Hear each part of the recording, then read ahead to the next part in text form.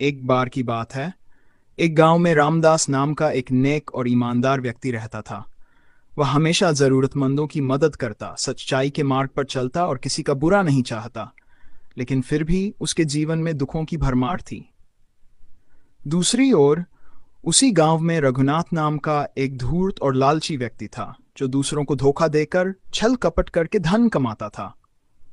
आश्चर्य की बात यह थी कि रघुनाथ का जीवन ऐशो आराम से भरा था, जबकि रामदास कठिनाइयों से घिरा रहता था।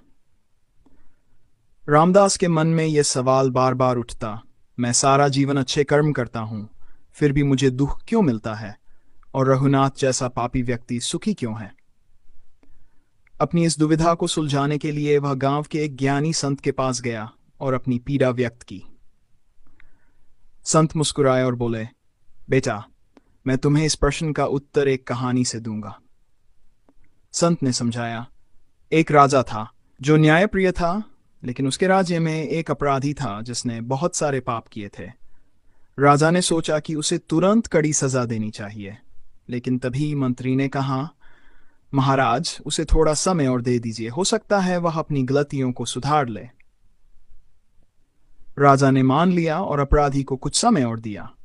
दूसरी ओर एक सैनिक था जिसने हमेशा ईमानदारी से राजधर्म निभाया।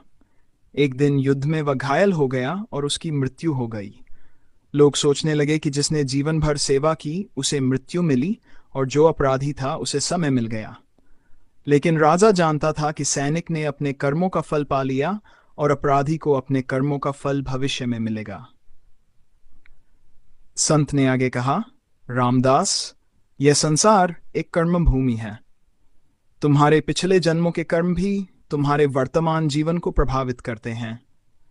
अच्छे लोगों को कभी कभी अपने पिछले जन्म के कर्मों का फल भुगतना पड़ता है, जबकि बुरे लोग अपने अच्छे कर्मों का बचा हुआ फल भोग रहे होते हैं। लेकिन न्याय का चक्र कभी रुकता नहीं। जब समय आएगा तो पापी को भी अपने कर्मों का दंड मिलेगा और सच्चे व्यक्ति को उसका उचित फल मिलेगा। रामदास को अब समझ आ गया कि ईश्वर का न्याय तुरंत नहीं होता, लेकिन अवश्य होता है।